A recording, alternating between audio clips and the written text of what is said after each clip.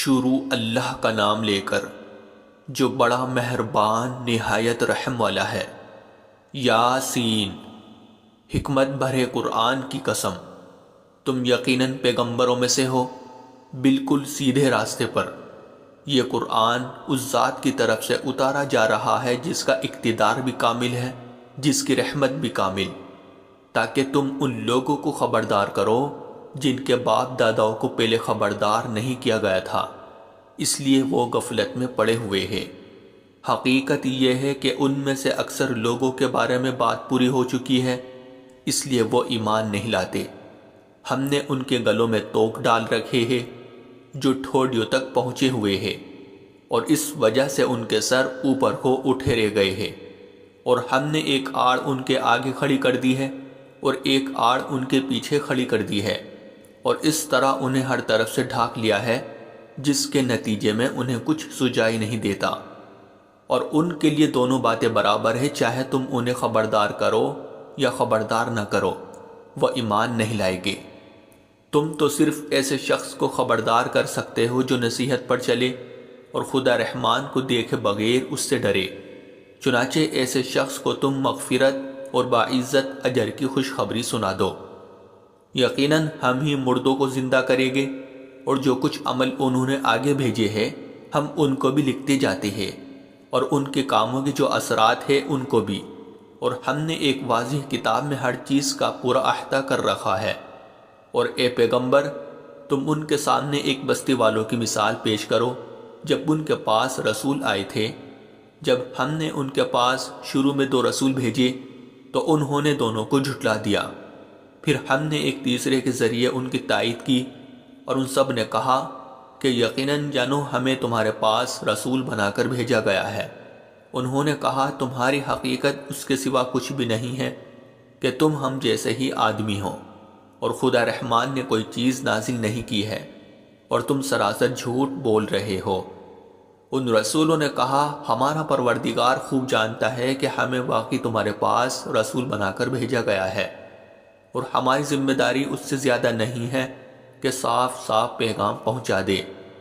بستی والوں نے کہا ہم نے تو تمہارے اندر نحوست محسوس کی ہے، یقین جانو اگر تم باز نہ آئے تو ہم تم پر پتھر برسائیں گے، اور ہمارے ہاتھوں تمہیں بڑی دردناک سزا ملے گی۔ رسولوں نے کہا تمہاری نحوست خود تمہارے ساتھ لگی ہوئی ہے، کیا یہ باتیں اس لیے کر رہے ہو کہ تمہیں نصیحت کی بات پہنچائی گئی ہے؟ اصل بات یہ ہے کہ تم خود حد سے گزرے ہوئے لوگ ہو۔ اور شہر کے پرلے علاقے سے ایک شخص دوڑتا ہوا آیا، اس نے کہا اے میری قوم کے لوگوں، ان رسولوں کا کہنا مان لو، ان لوگوں کا کہنا مان لو جو تم سے کوئی اجرت نہیں مانگ رہے، اور وہ صحیح راستے پر ہے۔ اور بھلا میں اس ذات کی عبادت کیوں نہ کروں جس نے مجھے پیدا کیا ہے، اور اسی کی طرف تم سب کو واپس۔ بھلا کیا اسے چھوڑ کر میں ایسوں کو معبود مانوں کہ اگر خدا رحمان مجھے کوئی نقصان پہنچانے کا ارادہ کر لے تو ان کے سفارش میرے کسی کام نہ آئے، اور نہ وہ مجھے چھڑا سکے۔ اگر میں ایسا کروں گا تو یقیناً میں کھلی گمراہی میں مبتلا ہو جاؤں گا۔ میں تو تمہارے پروردگار پر ایمان لا چکا، اب تم بھی میری بات سن لو۔ آخر کار بستی والوں نے اس کو قتل کر دیا، اور اللہ کی طرف سے اس سے کہا گیا کہ جنت میں داخل ہو جاؤ۔ اس نے جنت کی نعمتیں دیکھ کر کہا کہ کاش میری قوم کو معلوم ہو جائے کہ اللہ نے کس طرح میری بخشش کی ہے اور مجھے باعزت لوگوں میں شامل کیا ہے۔ اور اس شخص کے بعد ہم نے اس کی قوم پر آسمان سے کوئی لشکر نہیں اتارا، اور نہ ہمیں اتارنے کی ضرورت تھی۔ وہ تو بس ایک ہی چنگھاڑ تھی جس سے وہ ایک دم بجھ کر رہ گئے۔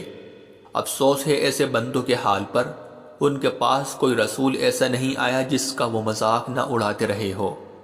کیا انہوں نے نہیں دیکھا کہ ان سے پہلے ہم کتنی قوموں کو اس طرح ہلاک کر چکے ہیں کہ وہ ان کے پاس لوٹ کر نہیں آتے؟ اور یہ جتنے لوگ ہیں ان سبھی کو اکٹھا کر کے ہمارے سامنے حاضر کیا جائے گا، اور ان کے لیے ایک نشانی وہ زمین ہے جو مردہ پڑی ہوئی تھی، ہم نے اسے زندگی عطا کی، اور اس نے غلہ نکالا جس کی خوراک یہ کھاتے ہیں۔ اور ہم نے اس زمین میں کھجوروں اور انگوروں کے باغ پیدا کیے، اور ایسا انتظام کیا کہ اس میں سے پانی کے چشمے پھوٹ نکلے تاکہ یہ اس کی پیداوار میں سے کھائے۔ حالانکہ اس کو ان کے ہاتھوں نے نہیں بنایا تھا، کیا پھر بھی یہ شکر نہیں کرے گے؟ پاک ہے وہ ذات جس نے ہر چیز کے جوڑے جوڑے پیدا کیے ہیں، اس پیداوار کے بھی جو زمین اگاتی ہے اور خود انسانوں کے بھی، اور ان چیزوں کے بھی جنہیں یہ لوگ ابھی جانتے تک نہیں ہیں۔ اور ان کے لیے ایک اور نشانی رات ہے، ہم اس پر سے دن کا چھلکا اتار لیتے ہیں تو وہ یکایک اندھیرے میں رہ جاتے ہیں، اور سورج اپنے ٹھکانے کی طرف چلا جا رہا ہے۔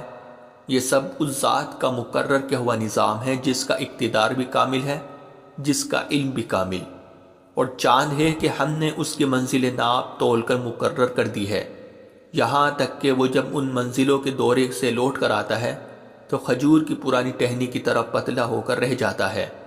نہ تو سورج کی یہ مجال ہے کہ وہ چاند کو جا پکڑے، اور نہ رات دن سے آگے نکل سکتی ہے، اور یہ سب اپنے اپنے مدار میں تیر رہے ہیں۔ اور ان کے لیے ایک اور نشانی یہ ہے کہ ہم نے ان کی اولاد کو بھری ہوئی کشتی میں سوار کیا، اور ہم نے ان کے لیے اسی جیسی اور چیزیں بھی پیدا کی جن پر یہ سواری کرتے ہیں، اور اگر ہم چاہیں تو انہیں غرق کر ڈالیں، جس کے بعد نہ تو کوئی ان کی فریاد کو پہنچے اور نہ ان کی جان بچائی جا سکے۔ لیکن یہ سب ہماری طرف سے ایک رحمت ہے اور ایک معین وقت تک زندگی کا مزہ اٹھانے کا موقع ہے جو انہیں دیا جا رہا ہے۔ اور جب ان سے کہا جاتا ہے کہ بچو اس عذاب سے جو تمہارے سامنے ہیں اور جو تمہارے مرنے کے بعد آئے گا تاکہ تم پر رحم کیا جائے، تو وہ ذرا کان نہیں دھرتے، اور ان کے پروردگار کی نشانیوں میں سے کوئی نشانی ایسی نہیں آتی جس سے وہ منہ نہ موڑ لیتے ہو۔ اور جب ان سے کہا جاتا ہے کہ اللہ نے تمہیں جو رزق دیا ہے اس میں سے غریبوں پر بھی خرچ کرو، تو یہ کافی لوگ مسلمانوں سے کہتے ہیں کہ کیا ہم ان لوگوں کو کھانا کھلائے جنہیں اگر اللہ چاہتا تو خود کھلا دیتا۔ مسلمانوں، تمہاری حقیقت اس کے سوا کچھ بھی نہیں کہ تم کھلی گمراہی میں پڑے ہوئے ہو۔ اور کہتے ہیں کہ یہ قیامت کا وعدہ کب پورا ہوگا؟ مسلمانوں بتاؤ اگر تم سچے ہو۔ دراصل یہ لوگ بس ایک چنگھاڑ کا انتظار کر رہے ہیں جو ان کی اجت بازی کے عین درمیان انہیں آ پکڑے گی۔ پھر نہ یہ کوئی وصیت کر سکے گی اور نہ اپنے گھر والوں کے پاس لوٹ کر جا سکے گی، اور سور پھونکا جائے گا تو یکایک یہ اپنی قبروں سے نکل کر اپنے پروردگار کی طرف تیزی سے روانہ ہو جائے گے۔ کہے گے کہ ہے ہماری کمبختی، ہمیں کس نے ہمارے مرکز سے اٹھا کھڑا کیا ہے؟ جواب ملے گا کہ یہ وہی چیز ہے جس کا خدا رحمان نے وعدہ کیا تھا اور پیغمبروں نے سچی بات کہی تھی، اور کچھ نہیں، بس ایک زور کی آواز ہوگی جس کے بعد یہ سب کے سب ہمارے سامنے حاضر کر دیے جائے گے۔ چنانچہ اس دن کسی شخص پر کوئی ظلم نہیں ہوگا اور تمہیں کسی اور چیز کا نہیں بلکہ انہی کاموں کا بدلہ ملے گا جو تم کیا کرتے تھے۔ جنت والے لوگ اس دن یقیناً اپنے مشغلے میں مگن ہوگے، اور وہ ان کی بیویاں گھنے سایوں میں آرام دانشتوں پر ٹیک لگائے ہوئے ہوگے۔ وہاں ان کے لیے میوے ہوگے اور انہیں ہر وہ چیز ملے گی جو وہ منگوائے گے۔ رحمت والے پروردگار کی طرف سے انہیں سلام کہا جائے گا، اور کافروں سے کہا جائے گا کہ اے مجرموں، آج تم مومنوں سے الگ ہو جاؤ۔ اے آدم کے بیٹو، کیا میں نے تمہیں تاکید نہیں کر دی تھی کہ تم شیطان کی عبادت نہ کرنا؟ وہ تمہارا کھلا دشمن ہے، اور یہ کہ تم میری عبادت کرنا، یہی سیدھا راستہ ہے۔ اور حقیقت یہ ہے کہ شیطان نے تم میں سے ایک بڑی خلقت کو گمراہ کر ڈالا، تو کیا تم سمجھتے نہیں تھے؟ یہ ہے وہ جہنم جس سے تمہیں ڈرایا جاتا تھا، آج اس میں داخل ہو جاؤ کیونکہ تم کفر کیا کرتے تھے۔ آج کے دن ہم ان کے منہ پر مہر لگا دیں گے، اور ان کے ہاتھ ہم سے بات کریں گے، اور ان کے پاؤں گواہی دیں گے کہ وہ کیا کمائی کیا کرتے تھے۔ اور اگر ہم چاہیں تو یہیں دنیا میں ان کی آنکھیں مل یا میٹ کر دے، پھر یہ راستے کی تلاش میں بھاگے پھرے، لیکن انہیں کہاں کچھ سجائی دے گا۔ اور اگر ہم چاہیں تو ان کی اپنی جگہ پر بیٹھے بیٹھے ان کی صورتیں اس طرح مسخ کر دے کہ یہ نہ آگے بڑھ سکے۔ اور ہم جس شخص کو لمبی عمر دیتے ہیں اسے تخلیقی اعتبار سے الٹ ہی دیتے ہیں، کیا پھر بھی انہیں عقل نہیں آتی؟ اور ہم نے اپنے ان پیغمبروں کو نہ شاعری سکھائی ہے اور نہ وہ ان کے شایان شان ہیں۔ یہ تو بس ایک نصیحت کی بات ہے، اور ایسا قرآن جو حقیقت کو کھول کھول کر بیان کرتا ہے تاکہ ہر اس شخص کو خبردار کرے جو زندہ ہو، اور تاکہ کفر کرنے والوں پر حجت پوری ہو جائے۔ اور کیا انہوں نے یہ نہیں دیکھا کہ ہم نے اپنے ہاتھوں کی بنائی ہوئی چیزوں میں سے ان کے لیے موشی پیدا کیے اور یہ ان کے مالک بنے ہوئے ہیں، اور ہم نے ان موشیوں کو ان کے قابو میں دے دیا ہے؟ چنانچہ ان میں سے کچھ وہ ہیں جو ان کی سواری بنے ہوئے ہیں، اور کچھ وہ ہیں جنہیں یہ کھاتے ہیں۔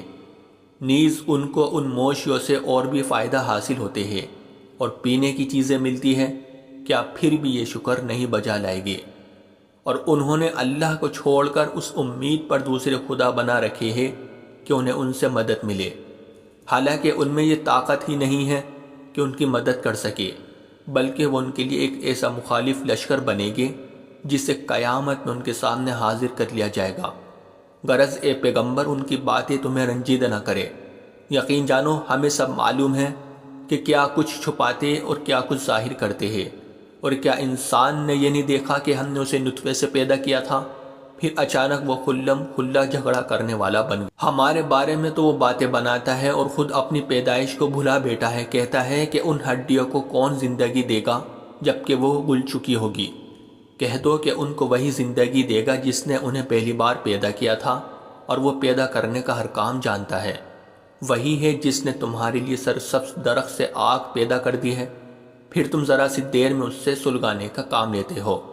بھلا جس ذات نے آسمانوں اور زمین کو پیدا کیا ہے، کیا وہ اس بات پر قادر نہیں ہے کہ ان جیسوں کو دوبارہ پیدا کر سکے؟ کیوں نہیں، جبکہ وہ سب کچھ پیدا کرنے کی پوری مہارت رکھتا ہے۔ اس کا معاملہ تو یہ ہے کہ جب وہ کسی چیز کا ارادہ کر لے تو صرف اتنا کہتا ہے کہ ہو جا، بس وہ ہو جاتی ہے۔ غرض پاک ہے وہ ذات جس کے ہاتھ میں ہر چیز کی حکومت ہے، اور اسی کی طرف تم سب کو آخر کار لے جایا جائے گا۔